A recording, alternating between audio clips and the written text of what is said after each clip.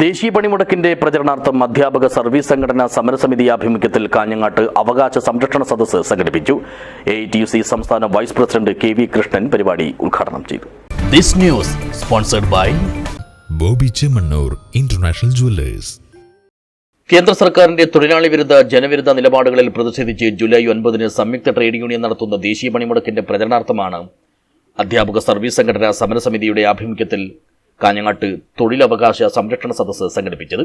Hosdurg mini civil station പരിസരത്ത് വെച്ച് നടത്തിയ പരിപാടി AITUC സംസ്ഥാന വൈസ് പ്രസിഡന്റ് KV കൃഷ്ണൻ ഉദ്ഘാടനം ചെയ്തു. ഈ സമരത്തിൽ ഉന്നയിക്കുന്ന ഏറ്റവും പ്രധാനപ്പെട്ട ഒരു വിഷയം നമ്മുടെ രാജ്യത്തെ പാർലമെന്റ് പാസാക്കിയ ലേബർ കോഡുകൾ പിൻവലിക്കണം എന്നുള്ളതാണ്. ലേബർ കോഡുകൾ എന്ന് പറഞ്ഞാൽ രാജ്യത്ത് ബ്രിട്ടീഷുകാരന്റെ കാലം മുതൽ അതിനുശേഷവും സ്വാതന്ത്ര്യത്തിന് ശേഷവും നമ്മുടെ രാജ്യത്ത് നടപ്പിലാക്കിയ പാർലമെന്റ് പാസാക്കിയ ഒരുപാട് നിയമങ്ങളുണ്ട്.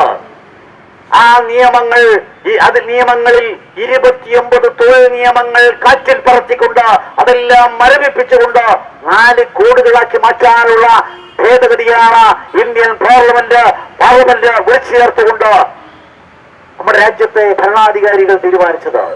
ചടങ്ങിൽ സമരസമിതി ചെയർമാൻ സുനിൽകുമാർ കരിച്ചേരി അധ്യക്ഷനായി.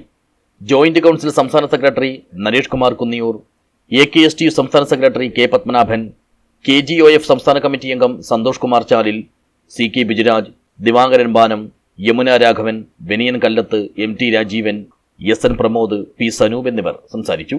News bureau, Kanhangad.